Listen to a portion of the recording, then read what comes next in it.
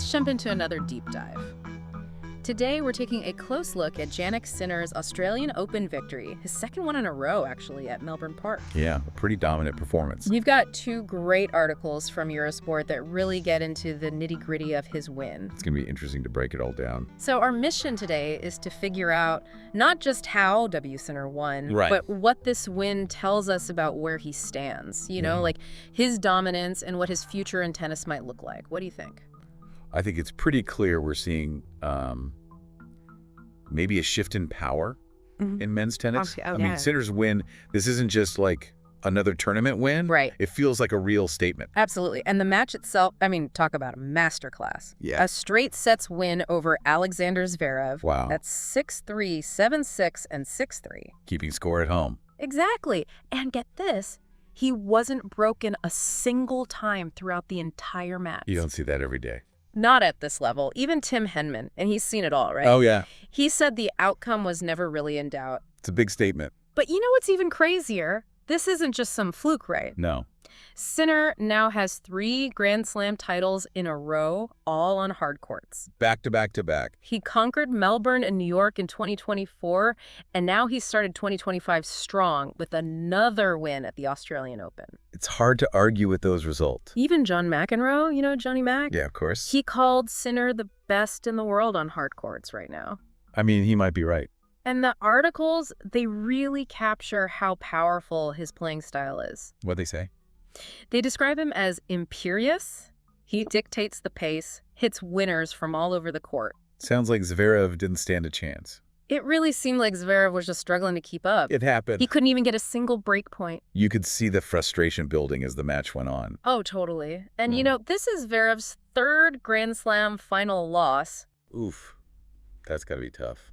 Yeah, and some commentators, like Mats Wallander, they're starting to wonder if the pressure is getting to him in those big moments. Yeah, it's easy to say from the outside, but the mental game is huge in tennis. It's massive. And now Zverev's got this label hanging over him, best men's player to never win a Grand Slam. That can't be easy to carry around. You have to wonder how that weighs on a player. Especially when you're facing someone like Sinner who's just on fire right now. It's a tough spot to be in. For sure. It's like that pressure becomes its own opponent. Totally. And it wasn't just Zverev who felt the Sinner effect, right? No. Nick Mullins, another commentator, said that nobody even came close to challenging Sinner in the whole tournament. Real. He didn't even need a 5th set in any of his matches. That's insane. Stamina, preparation, the guy's a machine. But I think what really sets him apart is his mental game, especially with everything going on off the court. You're talking about the whole doping case. Yeah, that whole situation. Yeah, it's a bit of a mess. So Sinner was cleared of wrongdoing by the International Tennis Integrity Agency, but now the World Anti-Doping Agency is appealing the decision. So there's still this cloud hanging over him. Exactly. And yet he's managed to just block it all out and focus on his tennis. That's incredible. His coach, Darren Cahill, called the court Sinner's sanctuary. I like that. Like it's this place where he can shut out all the noise and just play. That takes serious mental strength. It's amazing to see that level of focus with all that pressure. But this win, it's not just about Sinner, right? What do you mean? I mean, it makes you think about the future of Italian tennis as a whole. Now, that's an interesting angle. Right. What are you thinking? Well, think about it. Sinner is the first Italian player to win 3 Grand Slams. That's a huge accomplishment. At just 23 years old, he's already a national hero. I can only imagine. And his impact on Italian tennis, I mean, it's going to be huge. Yeah, right. Young players in Italy, they're looking up to him, seeing what's possible. That's powerful stuff. And it's not just about the wins, it's his style. Yeah, his style is really something. He's aggressive, goes for the big shots. It's exciting to watch. It's a different look for Italian tennis. Great. Moving away from that traditional defensive style, more towards an attacking game. And it's clearly working. He's winning tournaments, breaking records, and getting everyone's attention. Makes you wonder, if he keeps this up, could we see Italian tennis make a comeback on the world stage? That would be something. It's like his success could be the spark that ignites a whole new generation of players. That's a great point. I hadn't thought about it like that. Yeah, it's a pretty exciting time for Italian tennis. But, you know, there's always 2 sides to every story, right? True. What about Zverev? Where does this leave him? Well, this loss puts Zverev in a tough spot, you know. He's the 7th man in the Open era to lose his first 3 Grand Slam finals. Wow. That's a stat I didn't know. Yeah, it's pretty unfortunate, I guess you could say. It's gotta be tough, right? Especially with that best player to never win a Grand Slam label hanging over him. Each loss just adds to the pressure. You said it. He lost to Dominic Thiem in New York in 2020, Right, right. and then to Carlos Alcaraz at Roland Garros in 2024. And now Sinner at the Australian Open. It's a tough streak. How do you think that affects a player mentally, Yeah. to be that close to a Grand Slam title multiple times and just fall short? It's hard to say, really, Yeah. but I can't imagine it's easy to carry those expectations knowing you're so close to achieving something huge, and then you just don't. It's got to be demoralizing.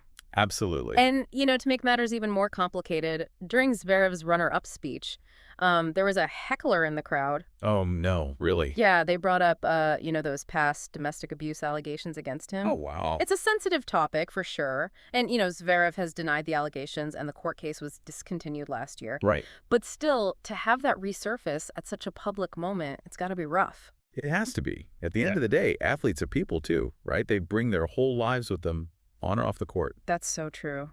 And sometimes those personal challenges spill over into their performance. No doubt. It's just, a good reminder that there's always more to the story than what we see on the surface. Yeah, definitely. But let's shift back to the match itself for a second. Okay. Sinner was just exceptional. He really was. I mean, his intensity, his focus, it was palpable. And Zverev, he just couldn't match it. It was like Sinner was playing on another level. Totally. And it wasn't just about brute force. Right. It was his composure, his Mm. strategic shot placement, the way he controlled the rallies. It was like he was in command from the very first serve. He really dictated the flow of the match. Absolutely. The articles even talked about his use of the drop shot throughout the tournament. Oh, yeah. He even set up championship point with a drop shot, drew Zverev forward, and then just whipped a backhand winner past him. No, that's a power move. It was brilliant, and I think it shows how Sinner's game is evolving. How so? He's not just relying on power anymore. He's becoming a smarter player. You're right. He's outsmarted his opponents as much as he overpowered them. Exactly. And remember, he did all of this with the pressure of the doping case still hanging over him. Yeah, that can't be easy. It's incredible how he's able to compartmentalize like that. Talk about mental toughness. It's that intangible thing that separates good players from great ones. Couldn't agree more. One of the articles used the word merciless to describe Sinner's victory. Merciless, huh? Do you think that's accurate? Yeah, I think it captures the essence of his performance. He was relentless, completely focused, and totally determined to win. No doubt about it. He executed his game plan flawlessly. And I think this win sends a pretty clear message. That's that. Jannik Sinner is a force to be reckoned with, and he's not going anywhere. He's definitely here to stay. Yeah. And he's doing it all while being true to himself. Exactly. He's not trying to be anyone else. He's just letting his talent and his hard work speak for themselves. And that authenticity resonates with people. It really does. And let's not forget, he had a phenomenal 2024 season. 2 Grand Slams, 6 other ATP titles, and the Davis Cup win with Italy. That's a stacked resume. His overall record was 73 wins out of 79 matches. Those are the stats of a champion. And, it shows his dedication. He's not resting on his laurels. He's constantly striving to improve. He's hungry for more. But we can't ignore the elephant in the room, right? Mm-hmm. The doping case.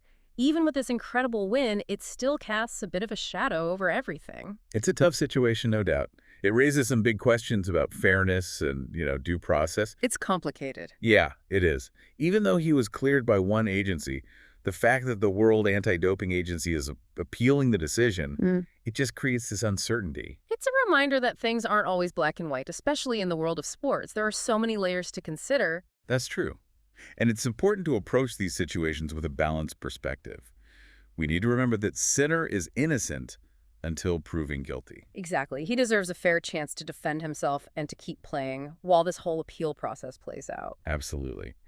So where do we go from here? I mean, we have this incredibly talented young player on the rise, a seasoned veteran struggling to break through, and this complicated legal situation hanging in the balance. It's a lot to unpack. What does it all mean for Sinner, for Zverev, for the sport as a whole? It's hard to say what the future holds. You're right about that. But one thing is for sure. Jannik Sinner is a name we're going to be hearing a lot more of. I think you're right. He's a force to be reckoned with, and his journey's just getting started. Absolutely. But while Sinner celebrates this win, I can't help but think about Zverev. Yeah, I get it. To be that close to a Grand Slam title multiple times and come up short, it's got to be a heavy burden. It is. It really is. But, you know, it's a reminder that even the most talented athletes experience setbacks. They have to deal with disappointments. That's the reality of it. And it's how they respond to those challenges that truly shapes their character and ultimately their legacy. You know, it's interesting. This deep dive has taken us beyond just analyzing a match. Oh, yeah. We've touched on resilience, determination, the pressure of expectations, the power of inspiration even. It's clear that Sinner's story, it's still being written. It is, both on and off the court. Yeah, it's amazing how much depth there is to this whole situation. Yeah. But you know, it's got me thinking about the bigger picture. We talked about Sinner's impact on Italian tennis, but I'd love to dig into that a bit more. Sure. What specifically are you curious about? Well, like, how might his playing style actually influence the next generation of Italian players? Ah, I see what you mean. Well, I think Sinner represents a real shift that we're seeing in the men's game. Oh, yeah. Moving away from just grinding it out on the baseline towards a more aggressive all-court style. Like a more well-rounded game. Exactly. And, you know, for a long time, Italian tennis, it was all about that defensive style. Right. Guys like Adriano Panatta, Corrado Barazzuti, those guys were masters of clay court strategy. Carefully constructing points, waiting for the opponent to make a mistake. Exactly. But Sinner, he's bringing something different. He's Yeah. willing to dictate the pace, to take risks. He's not afraid to go for it. You got it. And that's exciting for young players to see, especially in a country like Italy with such a rich tennis history, but maybe lacking that killer instinct lately. Yeah. Sinner's showing them that it's okay to be bold, to go for the big shots. It's like he's giving them permission to be the aggressor, not just the counterpuncher. Exactly. And that's so important for any tennis nation that wants to be successful. Right. You need that variety of styles, different approaches to challenge the top players in the world. Couldn't have said it better myself. Sinner's success could be the catalyst for a whole new wave of Italian talent. Players who are not just technically gifted, but also fearless. And hungry for victory. I like that. Hungry for victory. It's not just about match wins and rankings anymore. No. We're talking about a potential cultural shift in Italian tennis. A new identity for the sport within the country. Powerful stuff. And that's what makes Sinner's story so fascinating. It's not just about his personal achievements. It's about inspiring a whole nation. It's a narrative of hope. A testament to what's possible when you combine talent with dedication and, you know, that relentless pursuit of excellence. Well said. And, you know, that brings us back to where we started. We began this deep dive by analyzing Sinner's victory. Breaking down the tactics, the details of the match. Right. But as we've gone deeper, we've uncovered a much richer story. A story about resilience, determination, and inspiration even. And it's a good reminder that sports, they're more than just competition. They're a reflection of the human spirit, our capacity for greatness. Our ability to overcome challenges and inspire others. Exactly. Sinner's story, it's still being written, but it's already full of those moments of triumph and adversity that make sports so captivating. And that's the beauty of it, right? We get to watch this story unfold, see how this young talent handles the pressure and expectations that come with success. We're witnessing the evolution of a champion, both on and off the court. Couldn't agree more.